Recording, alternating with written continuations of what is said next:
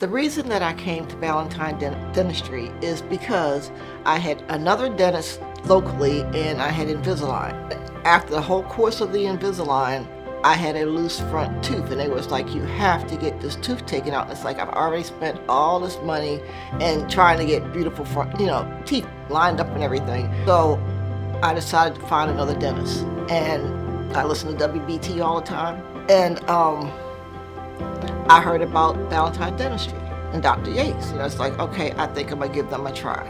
My lifestyle has gotten better because I like to smile and I like to talk to people and I like to giggle and laugh and everything else. So now I'm more confident in what I do when I'm approaching people and talking to people. I have a wonderful dentist here. His name is Dr. Davis, and he is the one that's making me smile. I would absolutely recommend Ballantyne Dentistry to anyone because the people are so caring, they're so nice, the dentists are so nice.